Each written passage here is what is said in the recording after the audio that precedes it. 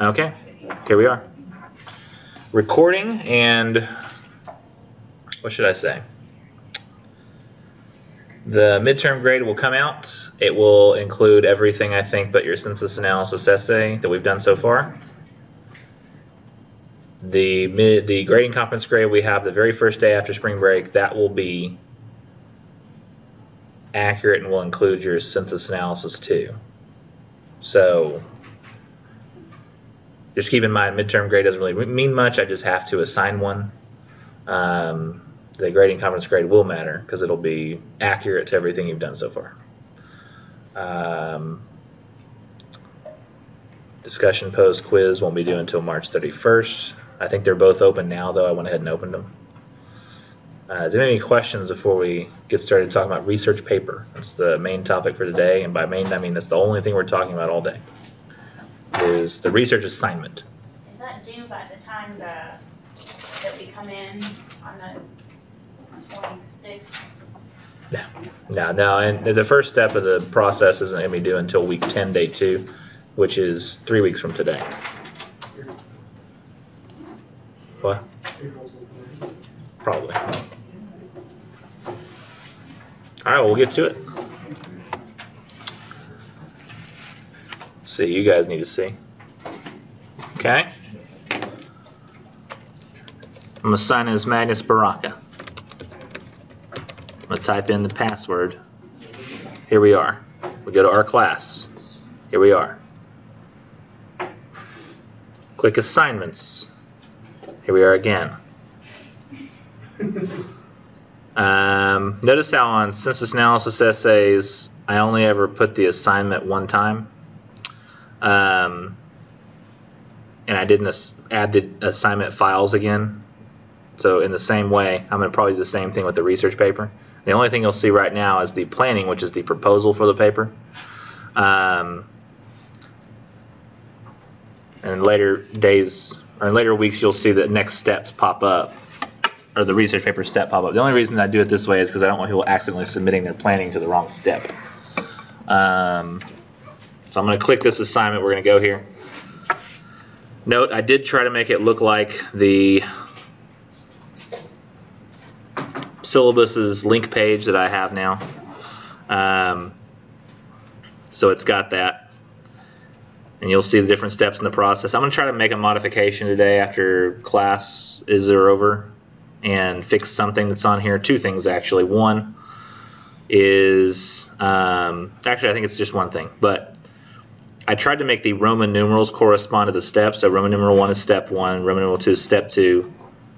But I messed up because I skipped straight to step 4, even though there's a Roman numeral 3. And I tried to figure out why I did that. And it's because I originally copied the text over from the 1301 research paper, which I did first. And then I just deleted one of the steps, which is the annotated bibliography, without changing the numbers to correspond to that. So, well, the research assignment actually is structured similarly, because you had said, TJ, is it similar or not? And it's structured similarly in terms of when you have to submit things, but what you have to write is completely different. But most of the requirements are the same. If you don't see what you're looking for, like many of you right now are just going, yeah, I don't see on this page how long this has to be. That's all I really care about. Well, you can always do a Control F and type what you're really looking for, like length. And you see, okay, there's the research essay assignment, step 4. The length is 1,250 words. Same as the 1301 essay for me. And that roughly equates to like right on to the 5th page of a document in double space. So might seem kind of long, but it's really not in terms of like what you'll have to do at the university if you go on to university. Some of you might, this might be where you're getting your full degree and that's where you're stopping. But if you go on to like A&M Commerce, I had a student tell me, she took my 1301, 1302 and went over there. And she said, yeah, the first class I took when I got here, I thought Nichols is mean, you know, with the papers that he has us write. And then I got over here, and the first essay in the class was a research essay, and it was 12 pages. And so I was like, oh, I was maybe meaner to Nichols than I had to be.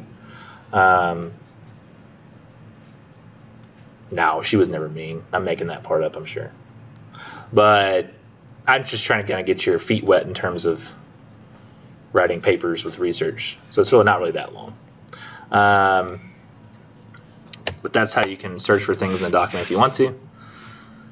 And then it's not actually as extensive as this document would seem. Like, here's what happens if I push page down and just we'll go down the whole document. Here's how many pages there are.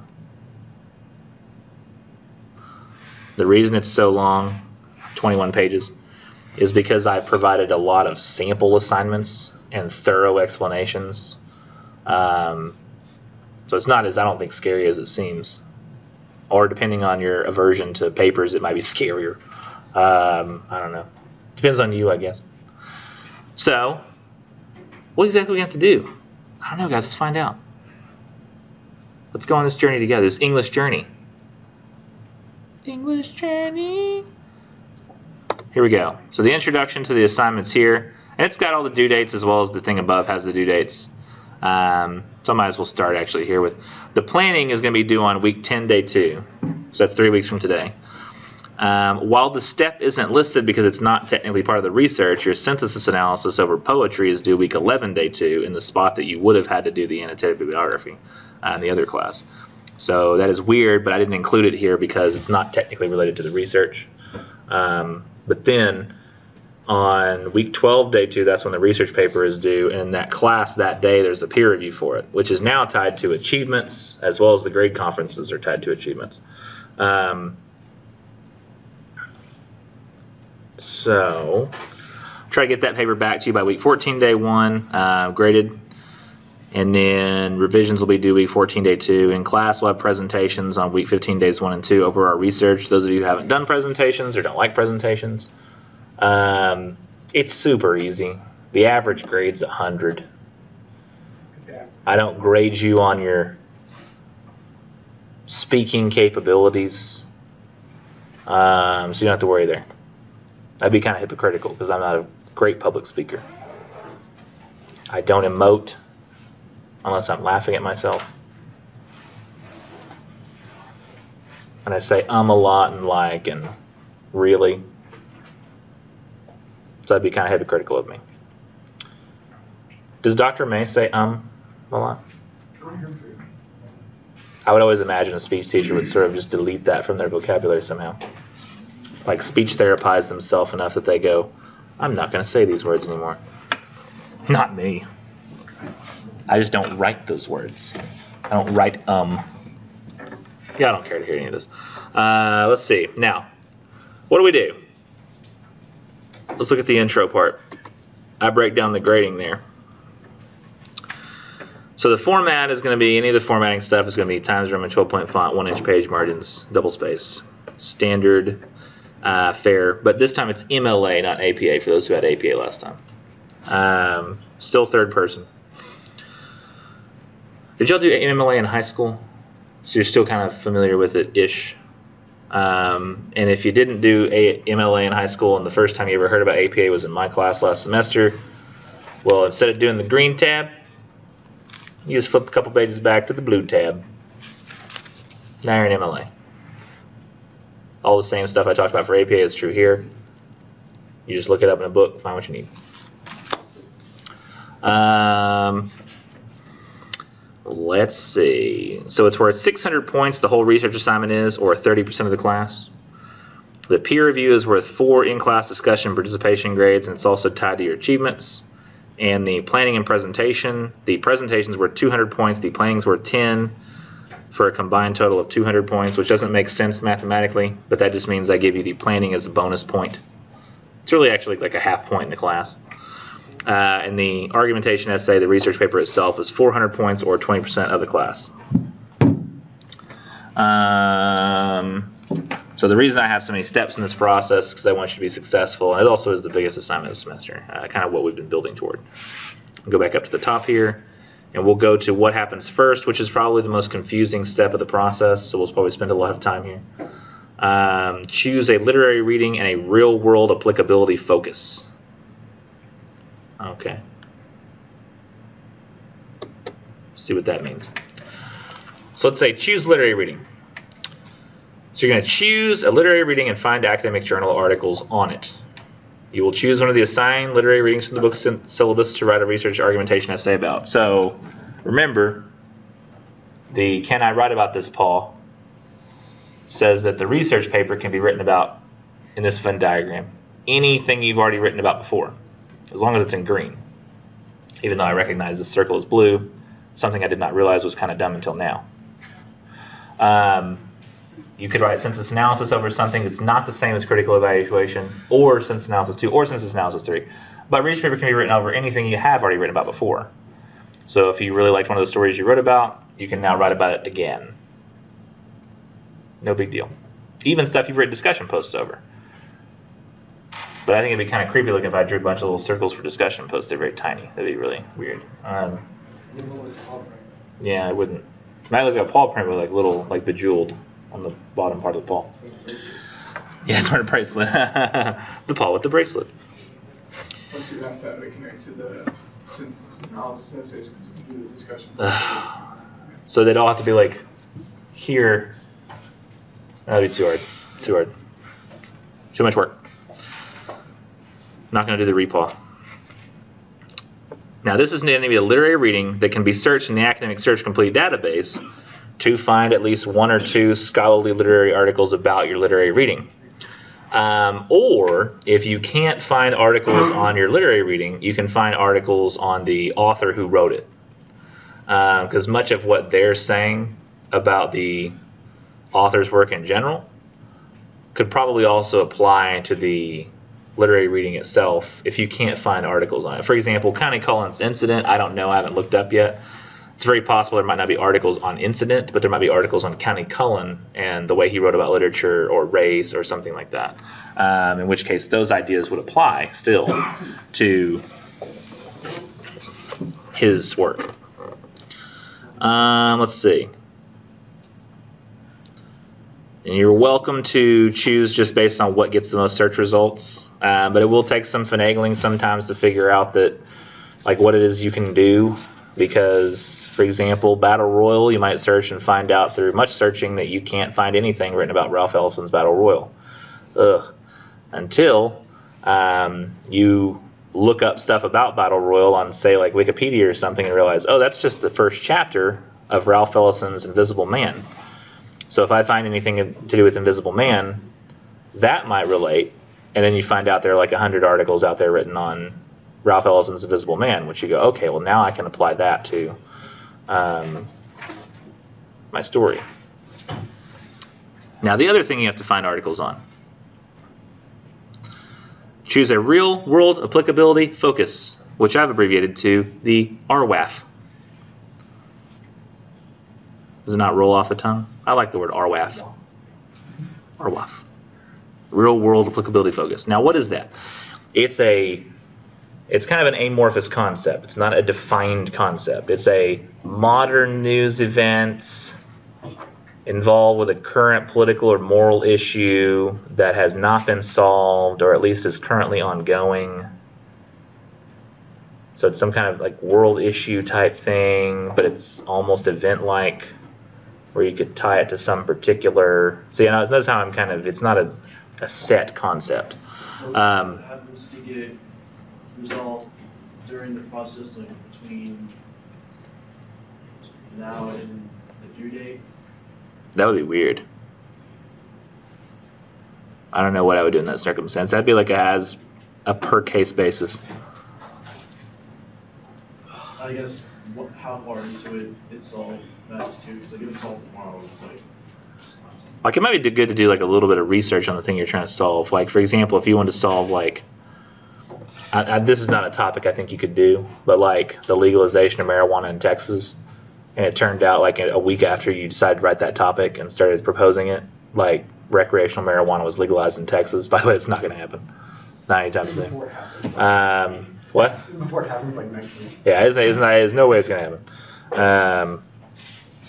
I think you'd have to see our state legislature go a little bit blue for that to happen. That's not going to happen. There's no way. It'd be a while till something like that happens. But we got too much wide open space in Texas.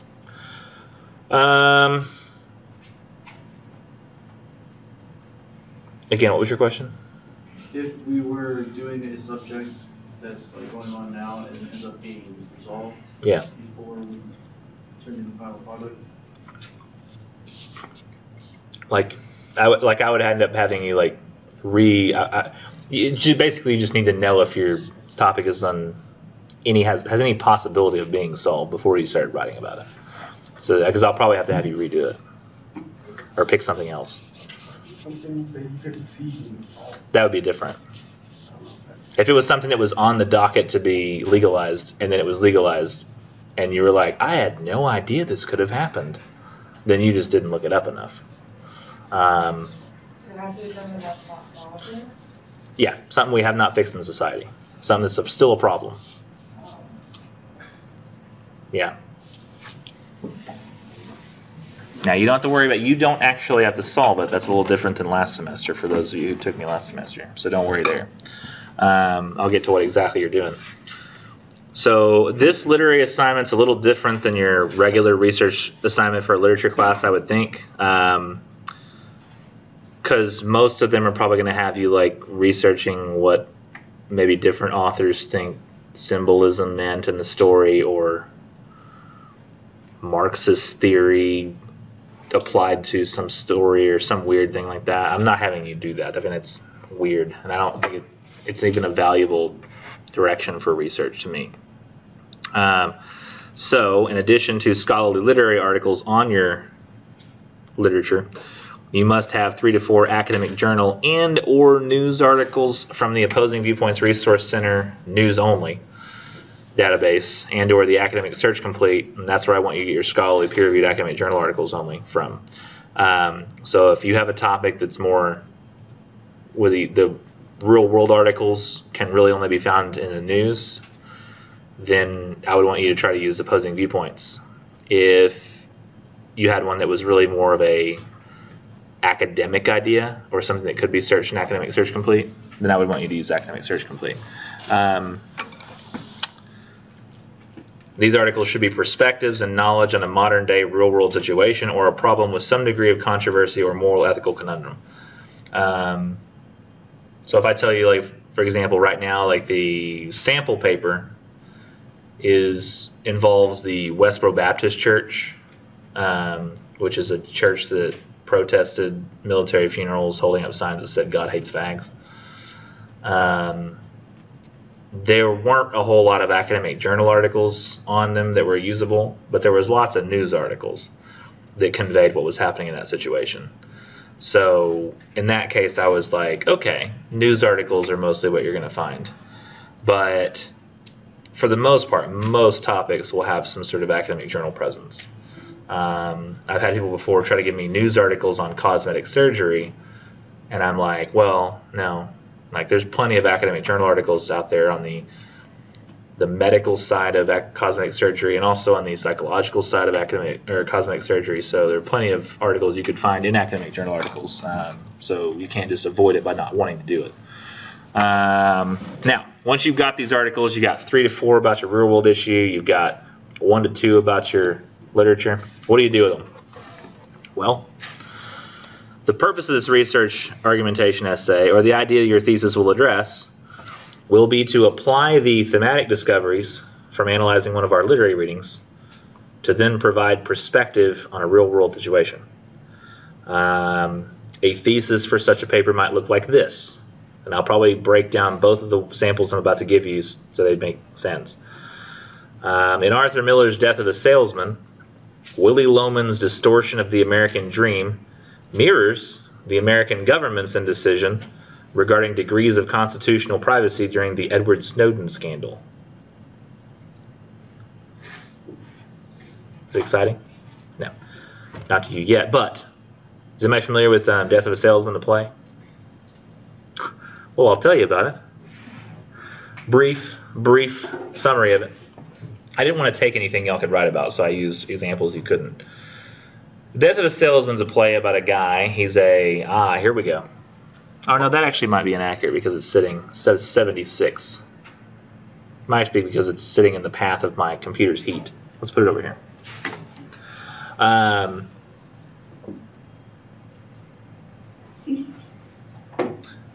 of a Salesman is about a guy who is a door-to-door salesman. I think he sells like vacuums or something. His idea is that he thinks over time, with hard work, he'll move up in his company. And he'll end up taking like a manager position or something, be in main office, and stop having to sell door-to-door and be making a lot of money. And that's how he thinks his life is going to go. However, he doesn't end up getting promoted really ever. And he watches young kids get promoted above him.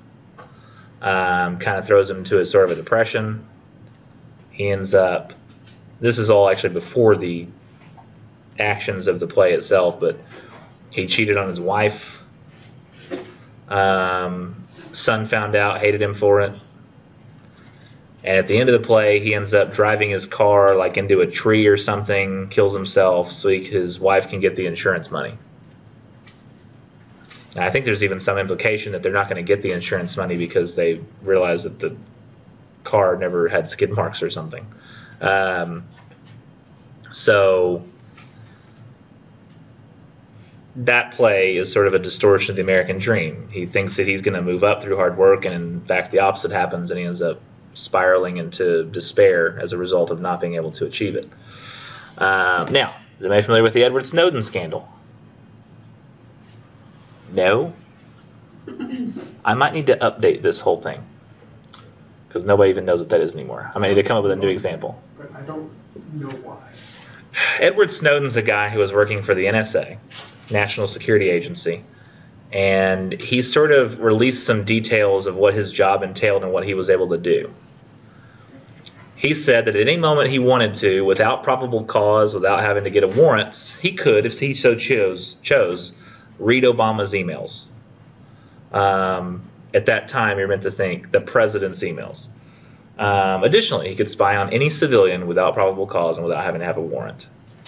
And a lot of people have the wrong assumption in terms of digital privacy about like what that could entail in terms of privacy. So some people will say, I don't have anything to hide. I'm a good person. It really doesn't matter. Has anybody ever said to somebody, maybe in a text or something, oh my gosh, shut up, I'm going to kill you? Or maybe just something just jokingly angry, I will murder you if you don't stop saying that. Yeah. Well, the news story would read, violent tendencies from student to other student, threaten to murder on a regular basis. And you'd be like, no, look at the context of what I said. It was a joke. You can tell. Yeah, but they're not going to do that. They have no requirement to do that. If they want to build a case against somebody, they can. So you'd essentially be responsible for every little off word you ever said to anybody. And now I really freaked the students out this morning when I mentioned Snapchat. I said, imagine that everything you've ever sent on Snapchat, pictures, stories, is encoded digitally. And it passes through a number of hard drives on the way to its location at Snapchat headquarters and makes its way all the way back to your location on your phone. Imagine if somebody was keeping a database of all that stuff and then used all that database of stuff and released it when it was time to accuse somebody of a crime and that person happened to be you. They would be like, the high school students, they're like, oh shit. Like, and I don't even think I'm saying a word they didn't say. I think they said that word. But like under their breaths, like 4 of them. And I was like, right. So yeah, this was a big scandal. In fact, it was such an unprecedented scandal, something that the government was sort of unprepared for, that somebody would release this information, that it had one of the strangest reactions. It was a bipartisan split, which rarely ever happens in government, where about half the Republicans and half the Democrats were like, this guy is a traitor, he's giving up state secrets, he should not have told the American people what's being done to protect them against terrorism. And the rest of them were like, this is really messed up. So half the Republicans and Democrats were like, this is messed up that they can spy anytime they want without probable cause. That's kind of against the Constitution, as they saw it. A reasonable right to privacy, right? Isn't that what we have in the guarantee in the Constitution? The right to privacy? I thought we did in one of the amendments, the Bill of Rights. But this bipartisan split, eventually, I mean, I think that nothing really ended up happening from it. I mean, Edward Snowden's still kind of on the run. He's going to be prosecuted if he ever comes back. He's in Russia right now, seeking asylum. But that particular scenario, they never really had to deal with the fallout of it, and it seems now they're redirecting, to me, is what they're doing. For example, Facebook's being vilified for what it's doing with your privacy. They brought Mark Zuckerberg in to talk about privacy. They brought in the head of Google to talk about privacy and how data is used. But nobody's talking about Edward Snowden anymore, which I think is really weird because essentially the government does the same thing. They're just not selling it. They're just gathering it. And they have the ability to go in, but they're, I guess, just whenever they feel like it, they do it instead of... Is under trial for saying what he could do as an innocent, or... What now? So why is he Snowden under? Why would he be under trial? Because he released state secrets. You're not, like, essentially, like, he told the truth of what he was doing in his capacity as a public official. Or not a public official, but was somebody who's working for the government. Which you would hope transparency is what the government should have, right? So we all know what they're up to. But some are like, no, he's a traitor to his country. It's like whistleblowing in the government again. I was just wondering. By the way, we do enter the Fifth Amendment. Well, what now? Under the Fifth Amendment. Fifth Amendment, okay. Yeah, I need to go back and brush myself up on what amendment's what, because I keep getting mixed up on those things. It's really bad to do that. So in these two situations, you might think, okay, well, those are two really different situations. Dude gets depressed, commits suicide, he didn't have the American dream. This other scenario is like the government reacts weirdly to a guy who gives up state secrets. Like, how are those at all the same? Well, Willie Loman's a man who will not accept the reality of his situation, vehemently denies he may not become a success, and when he realizes he has not been and will not become a success, he commits suicide, which could mirror a possible future for the U.S. if the fallout of the NSA scandals occurs. So the U.S. may realize that its stubborn stronghold on civilian surveillance was one of the major international blunders of the 21st century, kind of like when Willie Loman stuck too hard to the American dream. But at a point where it's too late to apologize or even repair the situation, they don't really know what to do. And in what situation will the U.S. be then? We would hope that the U.S. doesn't follow the actions of Willie Loman and either like implode or dismantle itself. If I had to argue what I think has been closest to the Willie Loman thing right now, it's probably actually closer to, I don't know, because the problem is they didn't make the terrorism happen against themselves, but the reaction to terrorism for Americans has essentially been for us to give up a whole lot of our freedoms. I'm pretty sure civil asset forfeiture is a direct result of that. This whole privacy thing, I mean, with the creation of, what's the governmental body that was created as a result of Department of Homeland Security? Was created as a result of 9/11. Is that right? A lot of what they can do is related to that. But anyways, so it would be kind of like a paper designed to provide moral direction to the U.S. government without providing a direct solution to prevent them from imploding as a result of what they decided to do in the Edward Snowden scandal. Maybe a better example, one that would make more sense, is the sample paper. So I'll just go down to the sample paper right now. Look at the thesis there.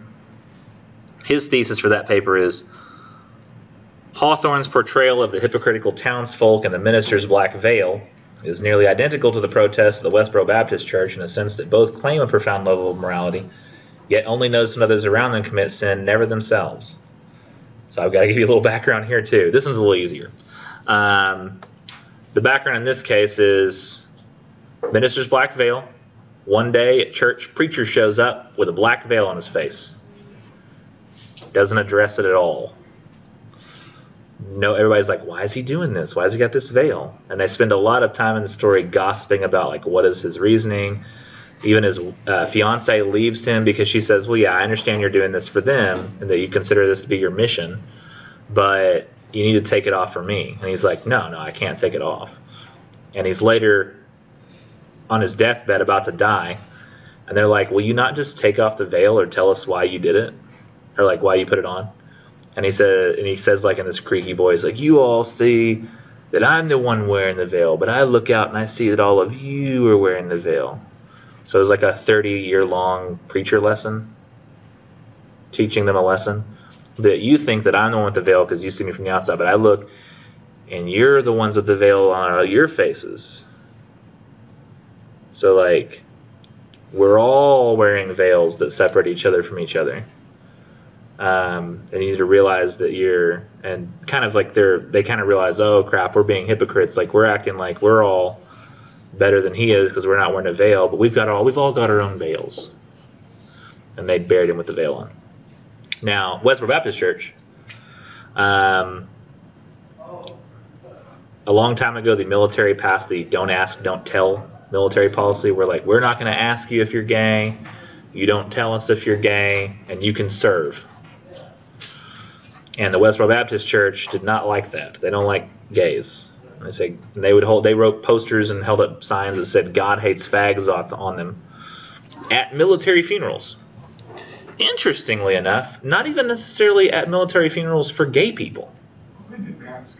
Huh? I said they didn't ask. Yeah, they didn't bother asking. They went, we're protesting not the gay people, we're protesting the military for having the policy on the gay people.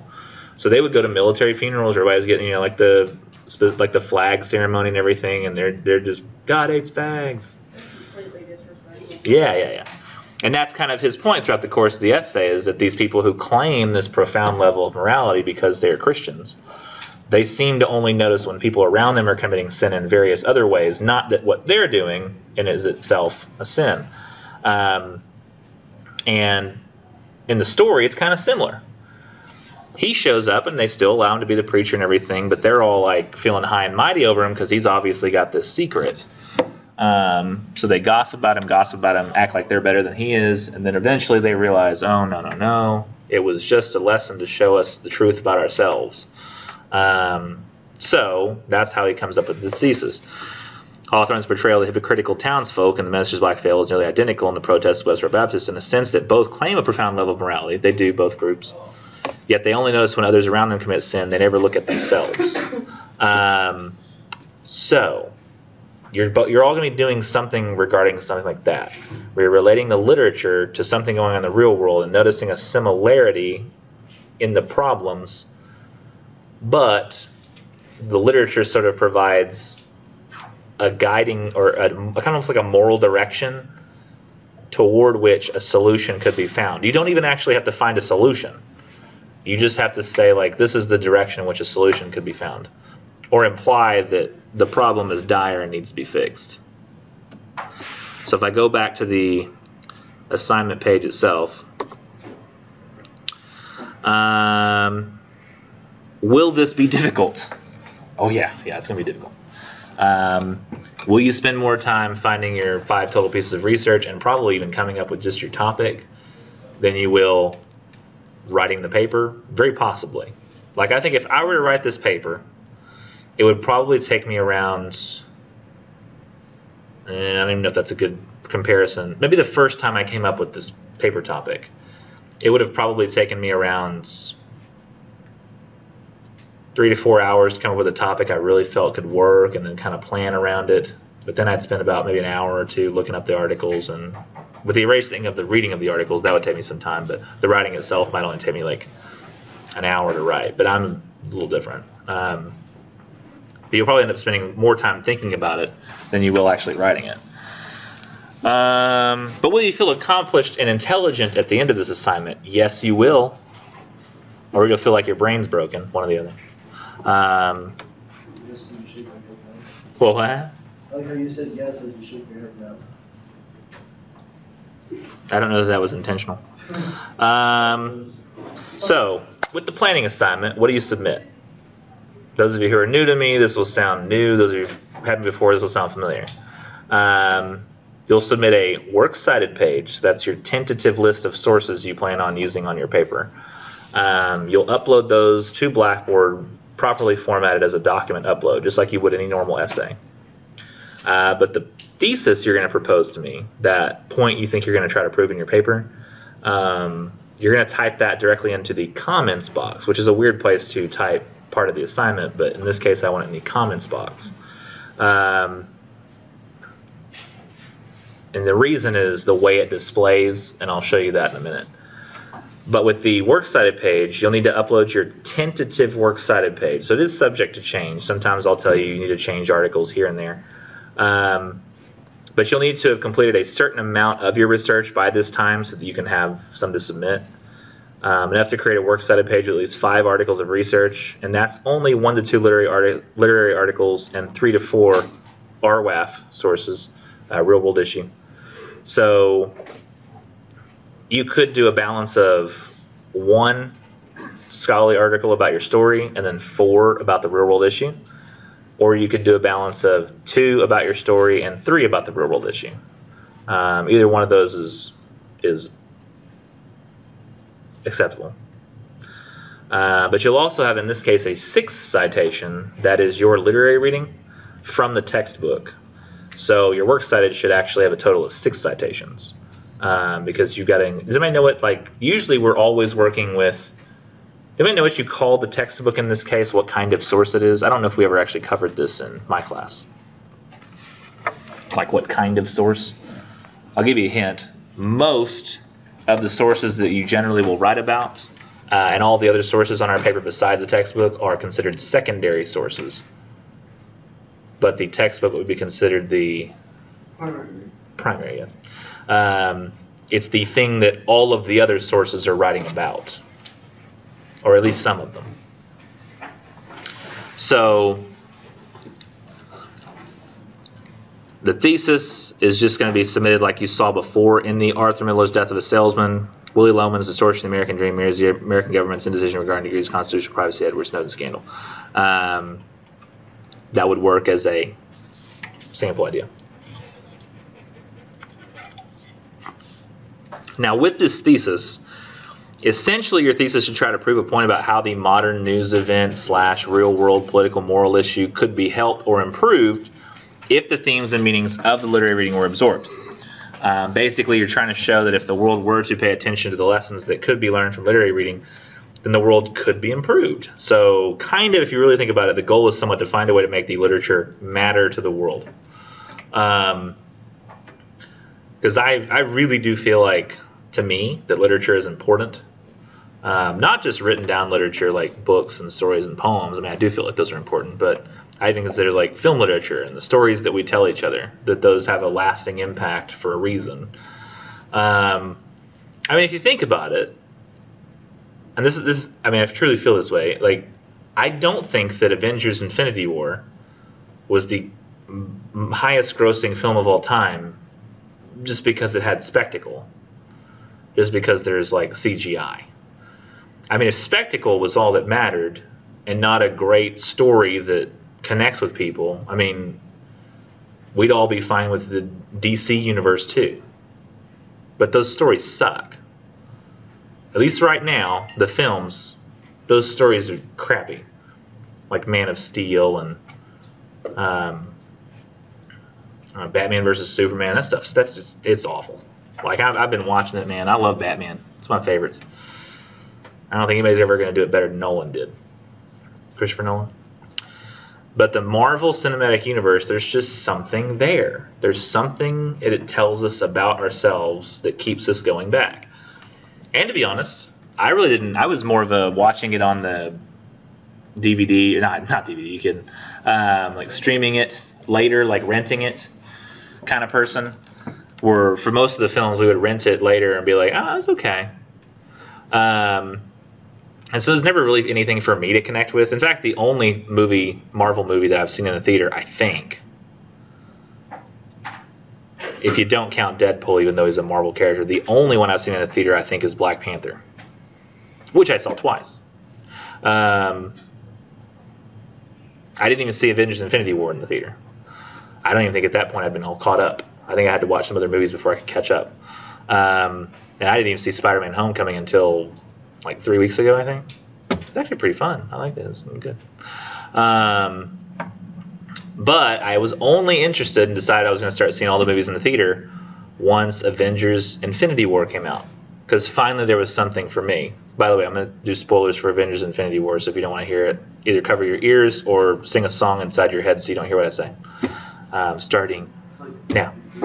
Like, there's something about this guy being bad and snapping his fingers and wiping out half of humanity, or really all living creatures in the universe, that resonated with me. Like, I thought, oh, there's finally consequences. There's finally, like, bad things happen to good people, not even for a good reason, just because somebody wanted to make it happen. And I was like, that kind of resonates with what I feel I see in humanity a lot. And now I'm really interested in following this. And I think even part of me thinks that, and nobody said this on the cause effect paper last year for superhero, I actually think it kind of tells us about the way we approach the internet and the way society is now.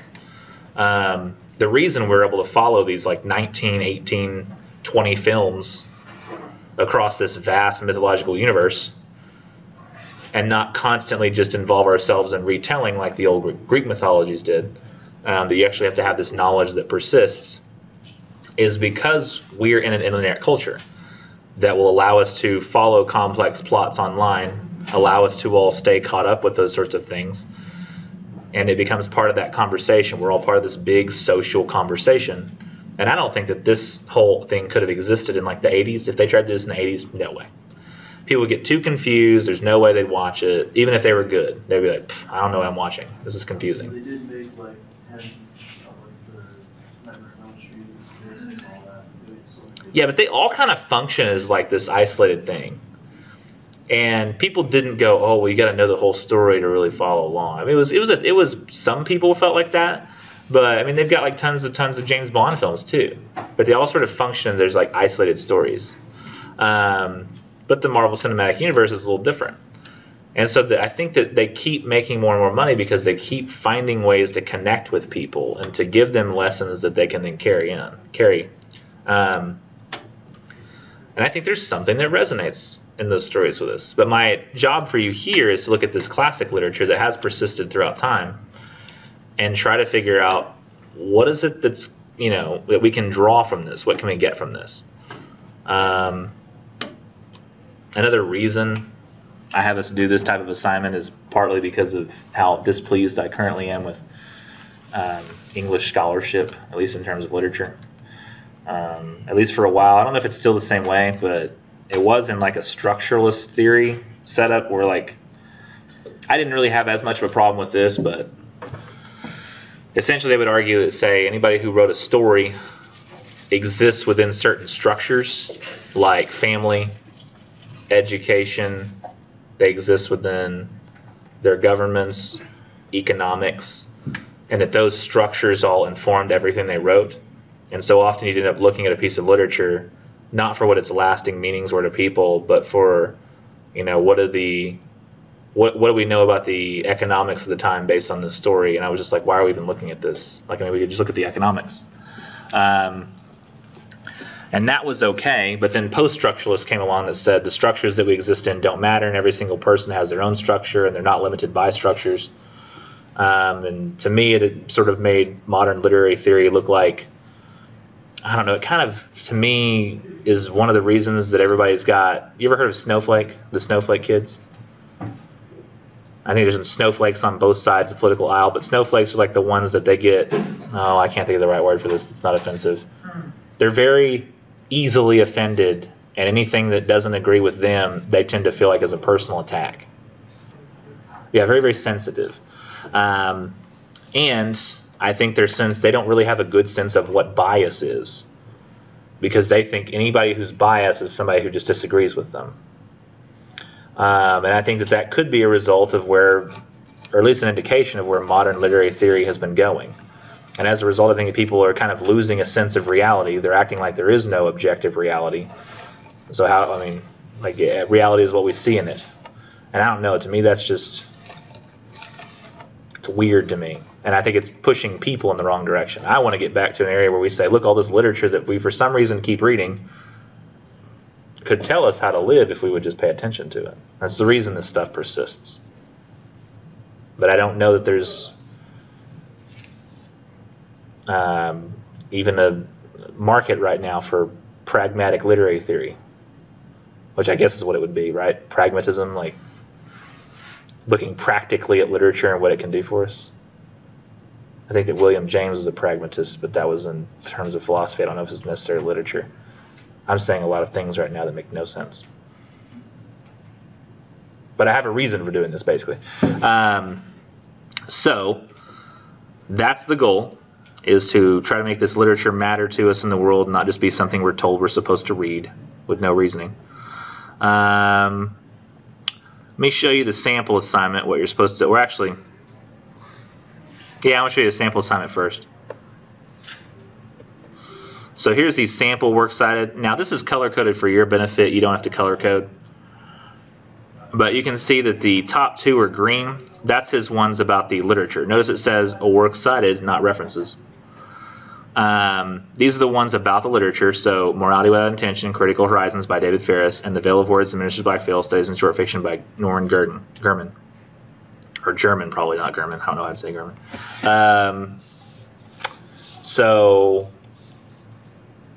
those are both about his literature. And he actually requested if he could do 7 sources because he wanted to include one more, and I said it's fine. But down here below, in fact, I may have found some of these sources. I may have redone his source material on the blue stuff because they all fit alphabetically. Maybe that's why I did it, so it'd all be separated visually nicely. Adam Liptak, Justice is to Hear Case of Protest with Marine Fuel from New York Times.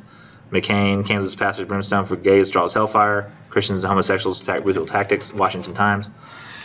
Smirkanish, Michael, Free, and blah, blah, blah. So it keeps going and going. The one thing I want to point out to you, and this is going to be in a second on the research guidelines, is that every single one of these authors is different, and every single one of the publications is different. Now, this shows that this person doing news articles mostly because of the Westboro Baptist Church, he had a level of difficulty a little bit higher because there aren't many other newspapers beyond Christian Science Monitor, Washington Post, and New York Times that are even on the databases. He had to kind of search for ones that were outside of those. So keep in mind a newspaper would actually have a higher difficulty, I would think. Did you hear that? Oh, it was yours? Oh, okay. I was like, I didn't do nothing.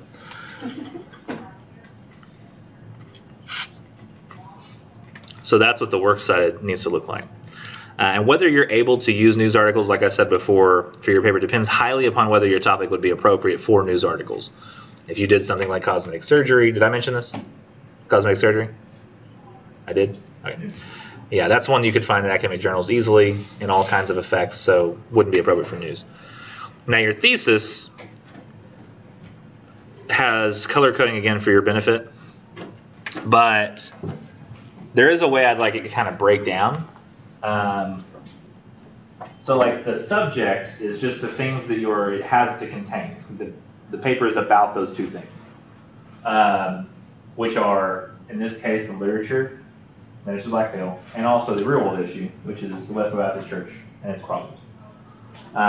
So those two things are essentially the subject in a combined way. The red is the claim being made about them. And in most cases, your claims are going to be relatively the same, which is going to be that these two things bear a similarity to one another. The problem is you can't just stop there. You've got to have a reason for that similarity to be even noticed. There's a reason we're looking at it. It's not just to look at it. So in this case, Hawthorne's portrayal of the hypocritical townsfolk in Diminishes by Phil is nearly identical to the protests of the Westboro Baptist Church. So that's the similarity. But the claim is what sort of makes it, like, how are they the same? Also sort of should imply to us, or somewhere in there we should have implied to us, why this is even important to look at. So in this case, in a sense that both claim a profound level of morality, yet only notice some others around them commit sin, never themselves. And that is, in a sense, like hypocrisy. Like, you claim that you're profoundly moral, but you're pointing out when other people commit sin, not you. It's kind of like the old biblical, like, pull the plank out of your own eye before you try to pull a speck out of somebody else's. That kind of idea that he's pointing out for both of these groups. I was thinking about that when you were talking about the black veil. Yeah. You again? Okay. And the purple I've got is the human problem. Most of your theses will include the human problem within it. And that human problem is usually one word that can be stated, like hypocrisy. That's a human problem. Other ones could be like lack of empathy or racism or low self-esteem, something like that. Could pop up as a human problem that persists across people. And when you submit it, and you don't have to color code it, that's just for, if it makes it easier for you to color code it, go ahead. But I only have to have it in the black and white version with none of the other stuff.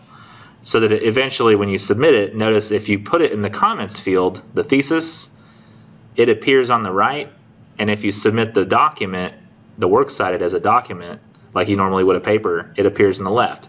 And so I can look at the articles you have on the left in terms of how they'll work with the comment box on the right. So that's why I have you do it that way. So it seems weird at first, but that's why. I've also got some research guidelines, a couple I've already mentioned to you. Let me go click here. Research guidelines. No, that's not what I clicked. Research guidelines. Well, apparently it's improperly linked, so I'll have to go down to the proper page. I'll have to fix that later. So you do have to have 6 sources in total. By the way, none of those sources, and I hope this goes out without saying, no Spark Notes, Cliff Notes, Schmoop, no Wikipedia, no about.com, no ask.com. And from the opposing viewpoints, no viewpoint articles. You should only have news. And nobody can use Bloom's database, literary database. Those who might have taken another teacher and y'all used Bloom's literary database, you cannot do that in our class. Those are mostly just encyclopedia entries, which is mostly just informational stuff, which is not what I'm looking for. I wanted you to find a author's theoretical approach of some kind, somebody looking at something in a critical way, not just relaying information. And like I said before, the 5 articles need to be written by different named authors, and 5 articles should be published in different publications. So every one of the newspapers was different, every one of the authors was different. And I'd like you to do 3 separate geographic locations. It's kind of hard to find sometimes where it was published, but I'd prefer not to have like 5 all from New York, because I might just get a New Yorker's perspective on this stuff. I really want the articles to contain little to no bias. I want the 1 to 2 story-related articles to be from academic journals only, because I don't want to. Sometimes people are even giving me on the Academic Search Complete database news articles on their story, which I don't know how they're managing to do it, but I've found it sometimes. It was like I think it was a movie review from a newspaper on the film version of the story they were writing about, which that's not what I want. I want the scholarly peer-reviewed journal article. That just means they didn't check the right box. So 3 to 4 issue-related articles should not be brief articles. I don't want you to find really brief articles just because you're like, oh, that's short, that'll make this easier. Nah, that's really kind of a lame approach. And all articles should contain little to no bias and should have solid logic overall. I don't want any articles written about the comparison that you're making, so your thesis should be completely original and not derivative. Sometimes, in some cases, you will find articles out there on the thing that you're writing about. Like I think one of the ones people finally figured out somebody had written a scholarly article was relating the treatment of Krebs in Soldier's Home and his shell shock to, in modern times, the way veterans of foreign wars are being treated with PTSD. And I think somebody finally found that there's an article on there about that. If you look and look and look and don't see anything, then I mean maybe it's still fair game, but a student told me that it existed now. And in that case, the temptation to go to that article would be too great, so I just prefer people not write about it. Because I really want you writing something completely original. Like essentially, everybody who's writing this paper should be thinking like you're the first person who's ever written about this. Nobody else ever has. So whereas before, when you did the research paper in my 1301 class, the burden was more on the research, and like you were saying, here's what the research says, so here's what the case seems to be. In this case, you're saying, You're just using the research to help you make a case that only you're making. No author you're reading is going to be making the case you're making. That these two are similar and important to look at their similarities for this reason. That's going to be original to you. So this is going to be a paper that the burden of the writing and the logic is going to be mostly on you. Now with that thesis you come up with, and when you're coming up with an idea, make sure you directly state or imply the importance of the comparison being made between the story and its world issue. So the thesis should not simply state or imply a comparison exists. I shouldn't read, the yellow wallpaper is incredibly similar to school shootings. And I'm like, how? Like, I mean, I should never have to ask how. You should be telling me. By the way, I just picked two things. I don't know that those go together. Like, well, that's a good one. No, not necessarily. And also, the world issue should be a problem brought about by human relationships, things like problems of politics, domestic issues, violence, war, race, culture, etc., or at least framed as such. So while cosmetic surgery is a solitary act, if you get that, it's just you going through it.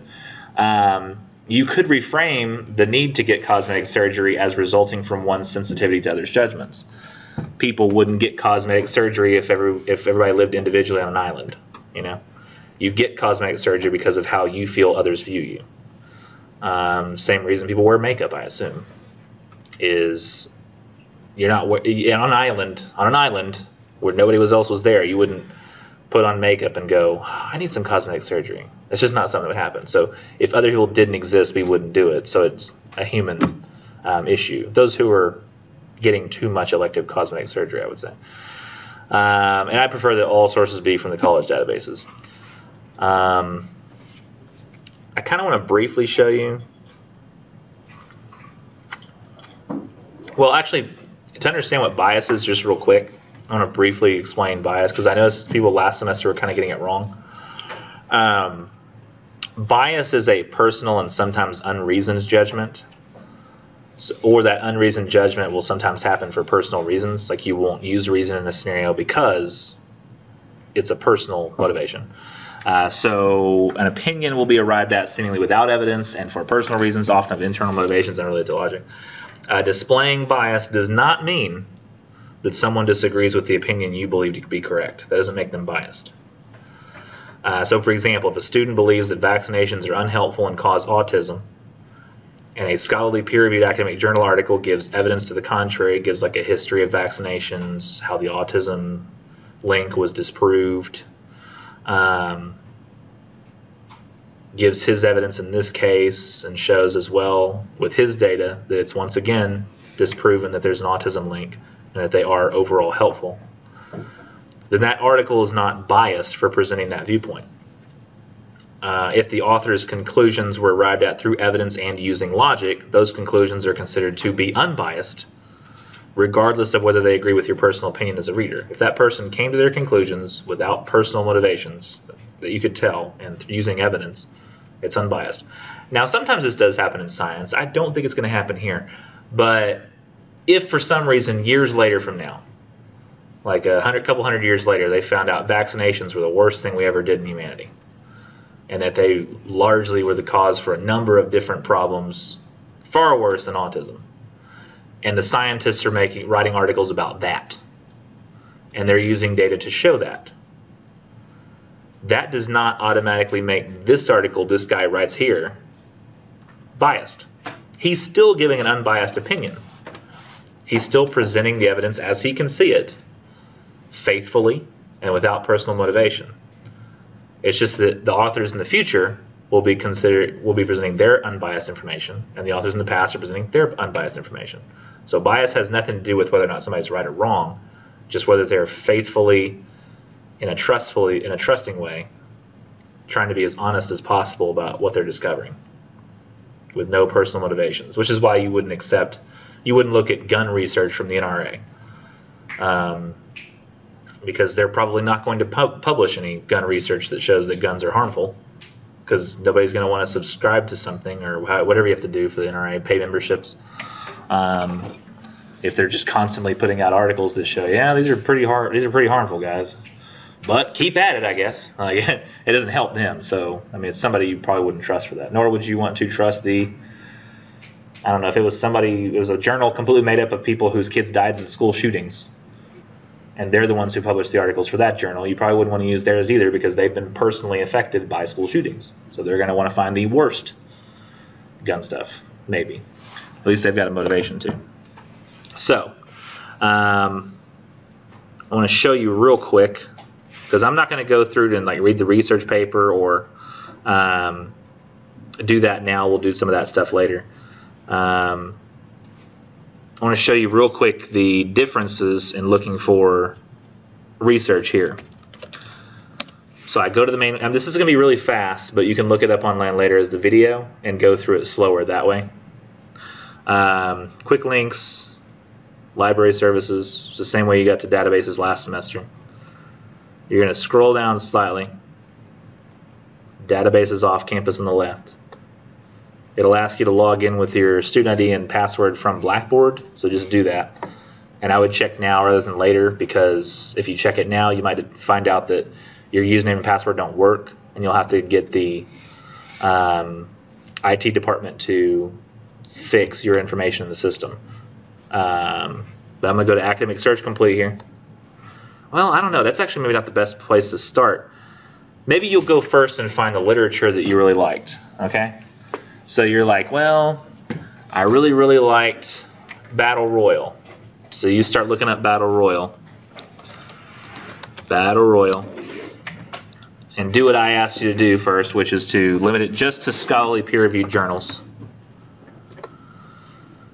When people are saying stuff doesn't really matter, so it might be really old articles, but that's fine. So 1 through 28 articles, so I can look through these. Battle Royal, Rise of Liberalism in Northern Baptist Life, no. First Naval Battle, a Battle Royal, York, Britain, Royal Air Force. I'm actually looking for Ralph Ellison here. I mean, I can limit it to academic journal. That's not going to help me. I'm not finding anything that relates. So let me see if I can find the subject. Where's Ralph Ellison? Show more.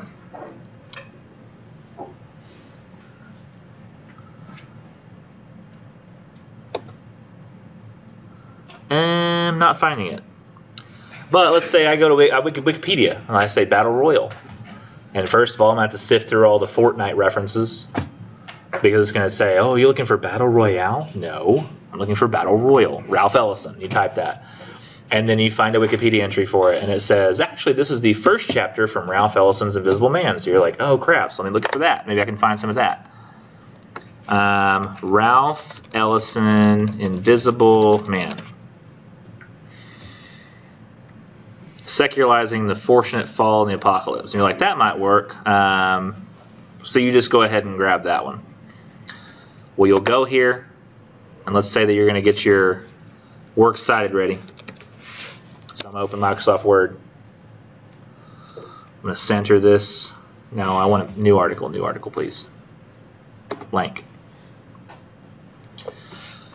Let's say works cited, left. I'm going to go to Cite. Let's say that I read this article and I like it. Now what's great is you can go to the PDF full text here, and it's got the entire article, which is apparently like 10 megs, so it's going to be huge.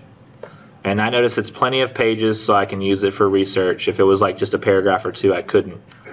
So I can scroll back up there and get out of this because it's like hogging my computer down. It's a 10 megabyte PDF. How weird. So what about full text contents? Oh no, that's it. That's all I got. I'm going to go back to the detailed record. But I can get it to cite it for me by clicking Cite on the right. Scroll down to MLA and just grab it. Copy. Paste. Oh, that's weird. That's not right. You gotta do the weird paste. Merge formatting paste. There we go. Middle one. Looks a little better. Italicize is still there. Now I just get my paragraph settings, clicking this little button here. 0000, special, hanging indent for sources of a ½ inch, and then double space with Control 2. Ah, all set. So that's one article. And Now I got to go find, well, what do I want to relate it to? Let's say, these probably won't relate, but let's just say that they do. Let's say I go, oh, okay, I can relate Battle Royal to our modern approach to sex education, because that's what I'm doing in the other class, so might as well. Actually, let's before we even get there, let's go back to the main website. Quick links, library services, scroll, database off campus. Academic search, no, academic search complete, other one. Let's say you really liked Battle Royal, but you have no idea what you want to write about. Well, then you can go to Opposing Viewpoints Resource Center, which is a lower database, and you can browse issues and find what's going on in the world today that you could possibly relate. You can just write down ideas like, well, I'm kind of interested in alcoholism. Let's write that one down. I'm interested in, genetic testing. Let's write that one down. Interested in hate crimes. Let's write that down. And you might go, oh, wait, this is a really good one. Racism, Battle Royal. Here's the problem. I don't want you doing anything that's so obvious that you're saying. It's hard to say Battle Royal is similar to racism because Battle Royal is about racism. I want you showing how two things are similar, not literally telling me that the thing that's in the story it's similar to.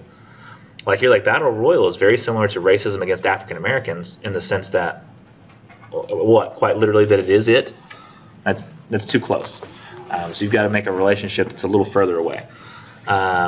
You could, however, go a little further in the future, and if you click racism, and you see when you're looking through a brief history of racism here, let's see, will I get down here and find... Let's just see if I can find it. I can't find it. Let's say I find it in the news somewhere, though, Black Lives Matter. And I'll say, oh, that's a thing currently going on. That's a movement. That's not going on in the story. Still involves racism, but it's not what's happening in the story. So I can talk about the relationship between Black Lives Matter and Battle Royal. Oh, crap, I didn't mean to give you all an idea. I want to have 50 papers now on that, okay? Dang it. I wasn't supposed to do that. So you found an idea from the section of Browse Issues. Close. And then you add any of the articles that you find after that to this works cited. You eventually submit it with your thesis. It doesn't have to be color-coded, but it'll have those ideas in it. Real quick, no, I don't have time. See you all next time. Grade conference is our very next class. That should be enough to get you all started on the research topic and proposing it. I'm going to try to grade proposals over the break if I see them come in, but I might not always be looking at my computer. Y'all have a great day. Great spring break, actually.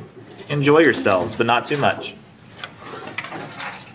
Don't do anything I wouldn't do. Well, that's too limiting.